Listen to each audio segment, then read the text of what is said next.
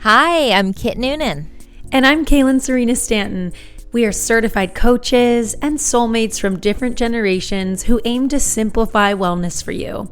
Soulful Wellness is a personal wellness evolution podcast and community that embraces living well your way. No trends, diets, or one-size-fits-all advice here. We aim to bring you practical guidance and share our personal experiences so you too can heal inside and out and experience your own wellness evolution.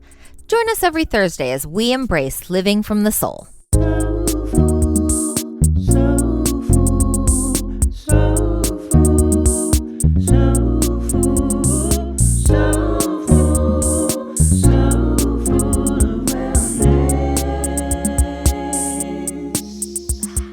In the spirit of last week's episode, we're continuing the confidence conversation this week. This week's episode was actually inspired by a podcast that I listened to this morning featuring personal stylist Allison Bornstein, who rose to fame in the last year. The conversation got me thinking a lot about the connection between personal style and your own wellness. But before we jump in, a quick heartfelt thank you for subscribing to this podcast. We're so grateful every time you leave us a review as well. It really keeps us connected and just feels soulful to hear your review. If you're new, welcome. If this episode resonates with you, share it with a friend that you think might like it too. In today's episode, we're exploring the theme of developing your own personal style and how this relates directly to your well-being. We'll cover trends versus embracing authenticity, power dressing, visioning, and we'll be sharing Allison's 3-word method for nailing your personal style. I'm so excited for today's episode. This topic resonates to my core being. This is such a special episode for me, as many of you probably already know if you know me. But it's close to my heart because personal style is something my mom truly loved. It's a passion that we both shared together. And before she got sick, she was ultimately aiming to utilize her skills in this arena to empower women to feel their best inside and out. I just think that was such an admirable, beautiful quality in my mom, where her joy was expanded outward through the way she presented in the world and how she wanted other women to feel that. And she did. I saw firsthand the holistic transformation our neighbor went through after she hired my mom as her wardrobe stylist and consultant. And it was so beautiful to witness our neighbor's newfound confidence and just the way she carried herself differently. That's really beautiful. And I think a lot of people, until you experience or witness something like that, you don't realize how much of an impact it can make. You think oh, you revamped your wardrobe. Okay, how fun, how nice for you. But to really witness what a distinct impact that has on someone's whole countenance, as how they view themselves and therefore how they put themselves out into the world and in turn are viewed by others. Truly. And so I'd like to share a snippet from my mom's blog. She had a fashion blog starting in 2012. She was ahead of her time. Yeah, she really was. She really was, always was.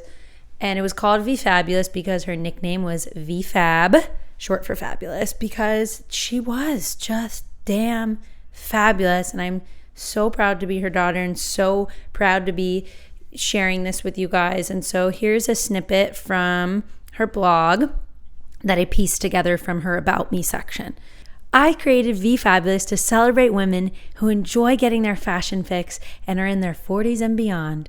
Being that fashion has always been a passion of mine, I decided to embark on this blogging adventure, and I want to inspire you to create your own fresh, chic, and stylish look, and to realize that a woman is beautiful at any age. And in her About Me section, she talks a lot about really wanting to build community, and she did, which was so beautiful to watch that evolve. I was actually her photographer for the blog for many years. And it was really cool to be a part of it. It was such a fun project, but to see her impact, expand through other countries and celebrating other women, it was just like so much more than fashion and lifestyle. This is before Instagram, certainly before TikTok. Like, I just think it's really incredible just how she was able to have the foresight and then have the inner drive to share that with so many other women. Yeah, and in person, she was a wardrobe consultant before she got sick, and it was so cool to see her work with clients and get in there and get in their closets and help them really evaluate.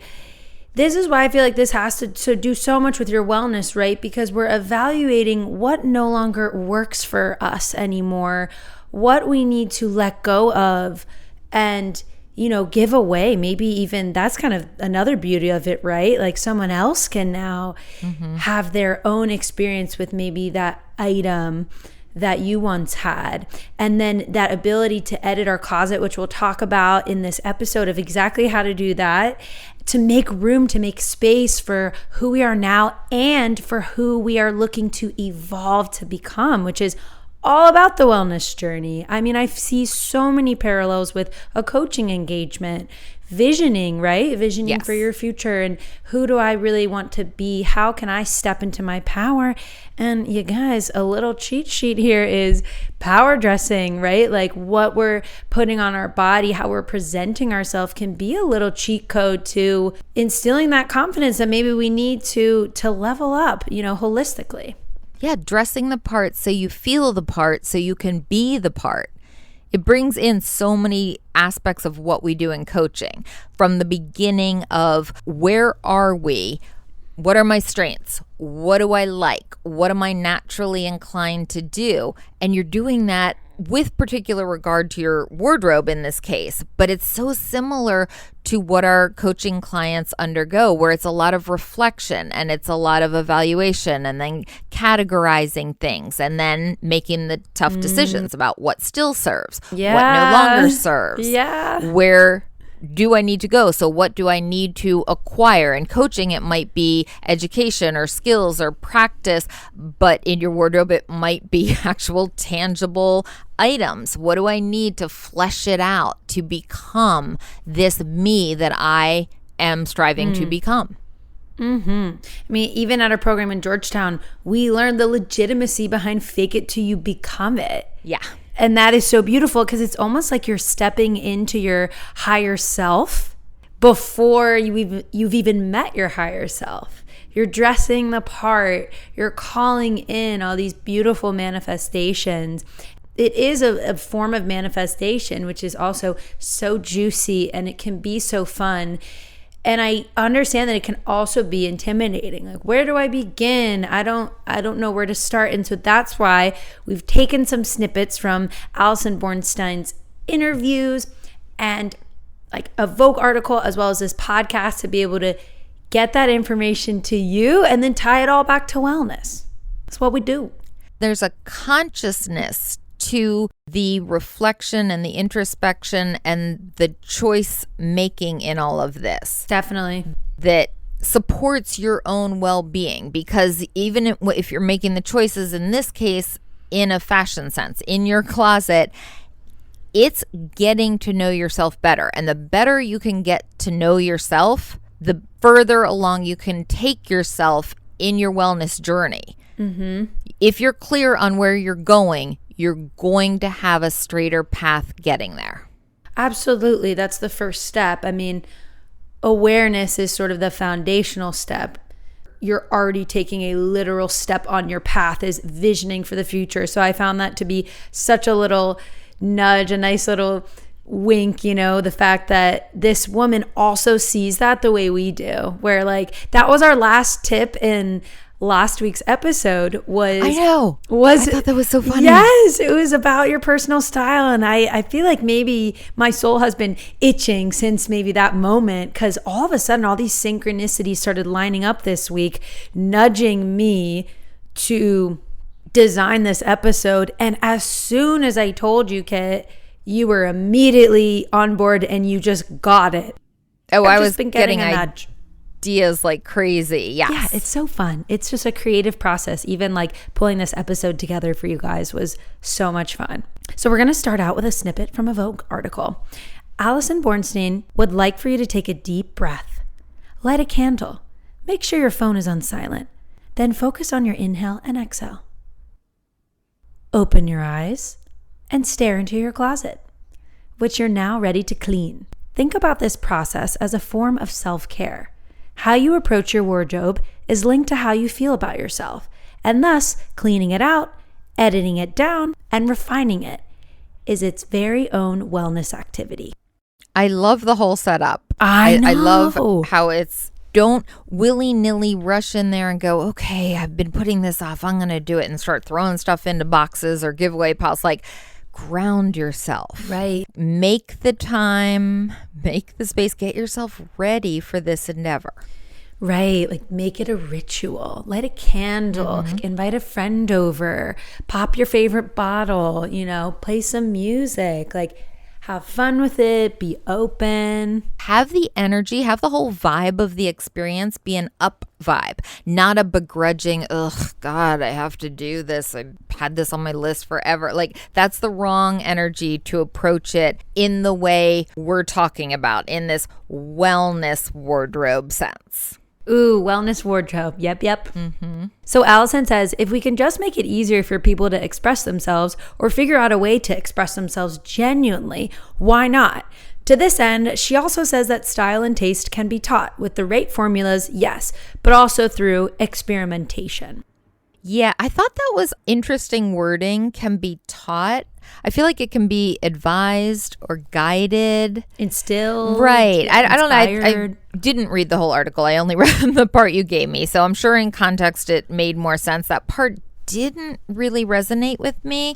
But I liked the part about experimentation and trying out different things, being willing to take some risks, firing up that curiosity. And when you instantly in your head are like, oh no, I don't like that, think, wait, I'm experimenting here. Let me try it. And then maybe you find you don't like it, and fine, good, you checked. And things that I didn't like or that weren't my style 20 years ago, now given I know trends change and all that, but there are certain things that I wouldn't have been comfortable with, say, even 10, 20 years ago, that now I am. So you sometimes have to come back around to things. Just because it's for you or not for you at one point in your life, you grow and evolve. Give some things another chance. Experimentation excites me. It's actually something that my mom stated in her blog is don't be afraid to experiment. Definitely do it. And for me, I associate that in this context with play, which I also associate with inner child healing, like having a playful time with this instead of making it seem daunting. And that's what I think Allison was getting at, is she's trying to make this experience approachable and designing these templates that we'll go over so that we all feel like it's manageable for us to do. Not that we feel like, oh, to my core, I just don't have good style or I just don't have taste. I think that's what she meant by it can be taught. And both her and my mom encourage this idea of playing and experimenting until you find what works for you. That's the fun part of this. That's the soulful essence of personal style, is it's authentic. And once we all figure out, I'm so excited to get into her 3-word method.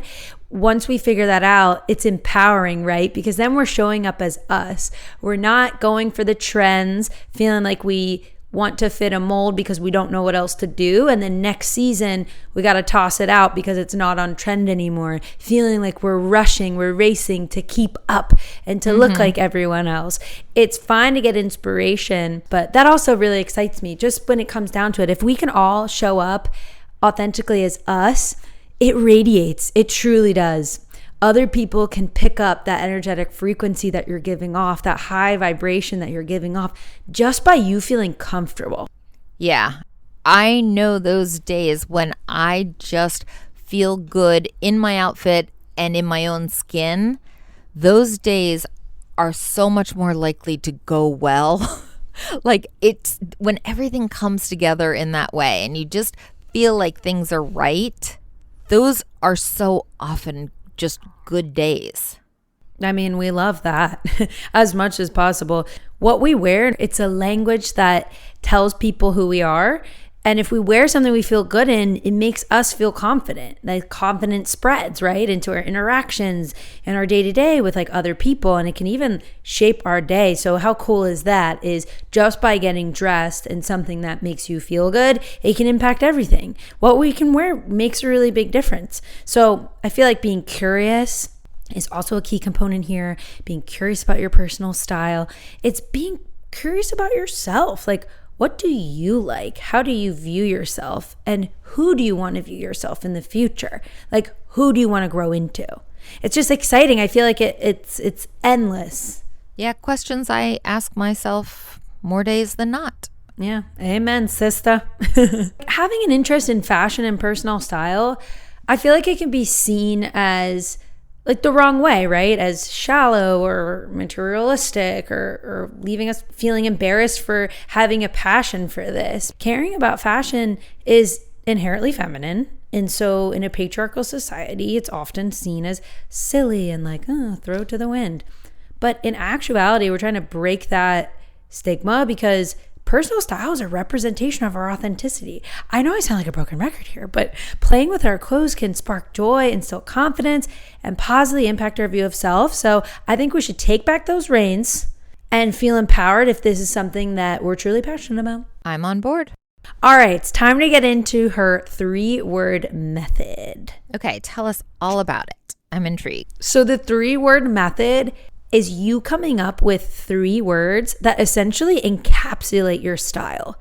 It encapsulates what you're doing now, what you aspire to be, and what emotion you want to evoke. So the first step in the 3-word method is pull out all of your regulars from your closet. I know exactly what you're talking about. And these are things you genuinely wear all the time. It could be sweats, it could be anything, but pull them out and be honest. They're the things that I grab and then I go, wait, I did just wear this 2 days ago. I should probably wait a little longer. But, you know, it's the thing that you want to wear every day if you could, and nobody would say like, hey, Kate, you wear that every single day. Oh, I'm in the same outfit as yesterday. Full stop. Like, it was cute. I had to repeat. So pull out your regulars and then think about, what do all of these pieces have in common? So for example, Okay. right, are all of these pieces in the same color family? Are they all patterned? Are they all neutral? Are they all flowy? Are they all tailored? Are they all comfortable? You get it. So the first adjective is going to be something like, let's just say colorful. For me, or we can do this live, Kit. Okay. I chose the word undone. So that represents like oversized silhouettes. Like today I'm wearing one of JC's button downs. I really like a kind of like masculine vibe on the top, or at least something that's like bigger or flowy, and maybe something more tapered and tailored on the bottom. You don't have to come up with yours now on the spot because I understand you haven't reflected. Well, no, I want to hear yours. So I, you know, in my perfectionist way, want to make sure I'm doing it right. Okay, well, that's a good opportunity for us to touch upon that briefly here. When our perfectionism wants to creep in and get in the way, I think it's a good opportunity for us to pause and question that gremlin a little bit. Mm-hmm. If this experience is supposed to bring out joy, it's also inherently creative, and creativity is subjective. This is an artful experience. There is no getting it right, and there is no perfect. Number 2, your aspirational word. So look at your screenshots, your Pinterest. What does your inspiration look like? And she actually recommends even throwing together a simple vision board of all of your inspiration with personal style. So how would you describe these in words? Do accessories, are they a part of this? Like, would you throw a bunch of purses and such on the bed, and maybe some of your go-to jewelry? Because I know exactly what you mean when you say your regulars. Like, I have 2 pairs of go-to earrings that I wear between the 2 pairs 90% of the time. That kind of thing. That works for all this because that's all part of the style more than just the clothes. Great question. Yes. So your clothes, your accessories, so like jewelry, purses, and shoes. Okay. And number 3 is your emotional word. So this is where the visioning comes in. How do you want to feel? Sexy, comfortable, elegant. This is her 3-word method. It's so fun. It takes definitely intentionality and time and energy. That's a really good part of this whole closet clean out though, because it's chicken and the egg. You're going to see some of the things and realize that is maybe once upon a time was one of the regulars. Haven't had it on my body in a year. So exactly. So now we're going to get into her editing process. Okay. There are 5 steps in the editing process. Step number 1 is pulling out what you wear all the time. So perfect. You're already going to do that for your 3-word method. And this includes shoes, purses, and jewelry. Step number 2 is pulling out what you never wear, putting that in a different pile. Okay, so that's what used to wear, wanted to wear, never fit right for whatever reason. It goes in your never wear pile. Yep. Step number 3, categorize the never wears into 3 sections. Oh, okay. No, I don't want it. I'm giving it away. Not now. So, for example, maybe you are pregnant and you're going to wear this later. Maybe it's a different season. Maybe you're just saving it for a rainy day. Okay. And then the how. So things that you love, but you don't know how to style. Oh, like I love this piece. I am going to wear this piece someday. I just can't wear it right now because I don't have whatever I would wear it with or the knowledge of what I would wear it with. Right. Exactly. Like I love this piece, but I just don't know what else to pair it with, but I know I really like it. Okay, that brings us to step 4, which is so fun because it's called the revival process. So this is where we use our regulars to revive the pieces that you love and don't know how to wear or style. So you take the ones from your, how do I style this? I never wear it because I don't know how to style it. And then you pair it with one of your regulars. So fun, right? Okay, so experimentation here. Exactly. Maybe it's a top and you put it on with a pair of pants you love and you're like, wrong color, but yes, this is it. This is the cut, or this is the kind of pant I want. I just need to get them in this color now. That kind of thing? Yeah, because you know what you feel good in and what looks good, and you're going to start seeing patterns of like certain silhouettes, right? Like maybe you wear a lot of button downs and a lot of like certain type of jean, and then you have this really, really fun skirt that you don't know how to pair it with. So you pair it with one of your regular button downs, and then you're getting creative. And then you throw it with your favorite belt. Step 5, categorize. So this is like your quintessential organization. So then after you've done all this editing process, you'll organize your closet by category and by color to see what you have. Boom.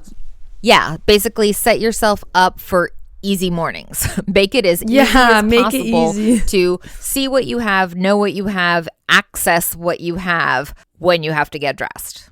Make it easy for yourself. You guys, I could talk about this for hours. Maybe I should meditate on that. I love this topic so much, and I think just because it's so close to my heart with me and my mom sharing this passion, and I'm so grateful to be able to share it with you all and to really tie it into wellness in a way that feels really authentic to both me and Kit, and to share that with you.